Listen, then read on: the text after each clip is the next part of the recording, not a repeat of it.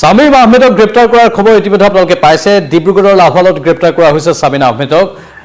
মদঘৰীয়াত gate হস্পিটেলৰ ঠিক কাষতেই এক দুৰ্ঘটনা সংঘটিত হৈছিল পুৱতি নিশা, য'ত এখন চুইফ্ট বাহনে ট্ৰাকত গৈ খুন্দা মাৰিছিল। তিনিগৰাকী ভৱিষ্যত গঢ়িবলৈ অহা যুৱতীৰ অকাল মৃত্যু হৈ গ'ল। তাৰ পাছতেই তাৰ পৰা পলায়ন কৰি সামিম আহমেদে মোবাইল ফোনটো ছুইচ অফ কৰি ৰাখিছিল। গাড়ীখন সামিম আহমেদে চলাই আছিল আৰু সামিম আহমেদে গাড়ীখন চলাই ট্ৰাকখনত দুৰ্ঘটনাত পতিত কৰালে বা ট্ৰাকখনত খুন্দা মাৰিলেগৈ। পিছে পিছে এখন আৰক্ষী বাহনেও পিছ লৈছিল। চিচিটিভিত কিছু দৃশ্যও ধৰা পৰিছিল। হয়তো তীব্ৰ বেগত গাড়ী চলাইছিল বা কিবা আইন উলংঘাৰ কাম কৰিছিলে আৰু গৈ তিনিগৰাকী যুৱতীৰ প্ৰাণ কাঢ়ি নিলে। তাৰ পাছত সামিম আহমেদ পলাতক অৱস্থাত আছিল। প্ৰথমে ভবা হৈছিল হয়তো আগৰতলাত আত্মগোপন কৰি থাকিব পাৰে, কাৰণ সামিম আহমেদৰ ঘৰ হয় আগৰতলাত। কিন্তু এতিয়া মোবাইল লোকেশ্যন ট্ৰেছ কৰি আৰক্ষীয়ে ডিব্ৰুগড়ৰ লাহোৱালৰ পৰা তেওঁ কৰায়ত্ব কৰিবলৈ সক্ষম হৈছে। লাহোৱালত আত্মগোপন কৰি আছিল আৰু এই দুৰ্ঘটনাৰ পাছতে পলায়ন কৰি থকাটোৱে বিশেষ ৰহস্যৰ সৃষ্টি কৰিছে। এতিয়া সামিম আহমেদক জেৰা চলালে বহু তথ্য পোহৰলৈ অহাৰ সম্ভাৱনা আছে। কি কাৰণত ইমান তীব্ৰ বেগত তেওঁ গাড়ীখন চলাইছিল, পুৱতি নিশা তিনিগৰাকী যুৱতীক লৈ তেওঁলোক কলৈ গৈ আছিল, সেই সকলো প্ৰশ্ন স্বাভাৱিকতে আহিব। কিয় আৰক্ষীৰ বাহনৰ পৰা পলায়ন কৰিবলৈ চেষ্টা কৰিছিল বা আৰক্ষীৰ তালাচীৰ পৰা পলায়ন কৰিবলৈ চেষ্টা কৰিছিল, সেই প্ৰশ্নবোৰ আহিব। সামিম আহমেদে কিয় মোবাইল ফোনটো ছুইচ অফ কৰি ৰাখিছিল, সেই সকলো প্ৰশ্ন এতিয়া আহিব। গুৱাহাটীলৈ আনি থকা হৈছে সামিম আহমেদক আৰু গুৱাহাটীত জেৰা চলোৱা হ'ব। তাৰপাছত বিতং তথ্য লাভ কৰিবলৈ সক্ষম হ'ব। এই দুৰ্ঘটনাই সকলোকে কন্দুৱাই গৈছিল আৰু এই দুৰ্ঘটনাই বহুকেইটা প্ৰশ্ন উত্থাপন কৰিছিল। সেই প্ৰশ্নবোৰৰ উত্তৰ আমি সামিম আহমেদ কৰায়ত্ব হ'লেহে জানিবলৈ সক্ষম হ'ম। যিহেতু ইতিমধ্যে কৈছোঁ, ইয়াৰে দুগৰাকীয়ে ৰয়েল গ্লোবেল বিশ্ববিদ্যালয়ত নামভৰ্তি শাখাত কাম কৰি আছিল আৰু এগৰাকীয়ে ডাউনটাউন বিশ্ববিদ্যালয়ত ইঞ্জিনিয়াৰিঙৰ পাঠ্যক্ৰম গ্ৰহণ কৰি আছিল। এই তিনিগৰাকী যুৱতীৰ অকাল মৃত্যু হ'ল। দুগৰাকীৰ ঘটনাস্থলীতে মৃত্যু হৈছিল, এগৰাকীক চিকিৎসালয়ত ভৰ্তি কৰাৰ পাছত মৃত্যু হোৱা খবৰ আমি পাইছিলোঁ।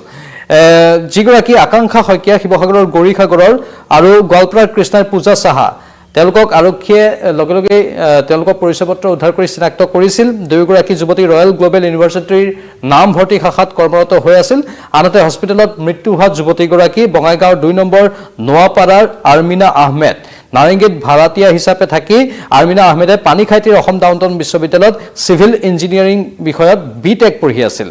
ইপিনে মদঘৰীয়াত সংঘটিত এই ভয়ংকৰ দুৰ্ঘটনাৰ দৃশ্য যিবোৰ আছিল, সেই সকলো দৃশ্য চিচিটিভিত বন্দী হৈছিল। সেই চিচিটিভিৰ দৃশ্যবোৰ আপোনালোকে ভালদৰে মন কৰিছে। তিনিটা ঘৰত বা তিনিটা পৰিয়ালত অতি শোকাকুল পৰিৱেশ, মৰিশালী সদৃশ পৰিৱেশ, কান্দি কাটি অৱস্থা শোচনীয় হৈ পৰিছে পৰিয়ালৰ সদস্যসকলৰ। আৰু তাৰ মাজতে সামিম আহমেদে মোবাইল ফোন অফ কৰি পলায়ন কৰা বিষয়টোৱে অধিক ৰহস্যৰ সৃষ্টি কৰিছে। এই সমগ্ৰ ঘটনাৰ নতুন নতুন এংগল উদ্ভাৱন হোৱাৰ সম্ভাৱনা প্ৰকাশ কৰা হৈছে। গুৱাহাটীত এনেধৰণৰ বিক্ষিপ্ত ঘটনা বিভিন্ন সময়ত হৈ থাকে। তীব্ৰ বেগত গাড়ী চলোৱাৰ ফলত বহুকেইটা পথ দুৰ্ঘটনা গুৱাহাটীত সংঘটিত হৈছে, ৰাজ্যৰ বিভিন্ন প্ৰান্তত সংঘটিত হৈছে। সৌসিদিনা পথ দুৰ্ঘটনাত নিশামণিৰ মৃত্যু হ'ল, তাৰপাছত আন এটা দুৰ্ঘটনা হ'ল, আকৌ এটা দুৰ্ঘটনা। মুঠতে ধাৰাবাহিকভাৱে এইকেইদিন দুৰ্ঘটনা সংঘটিত হৈ আছে। এই দুৰ্ঘটনাবোৰে বহুতৰে প্ৰাণ কাঢ়ি নিছে। ৰাজপথত গাড়ী চলোৱাৰ কিছু নীতি নিয়ম থাকে। প্ৰত্যেকগৰাকী লোকৰ বাবে সেই নীতি নিয়মবোৰ সদায় সদৰি কৰি থকা হয়।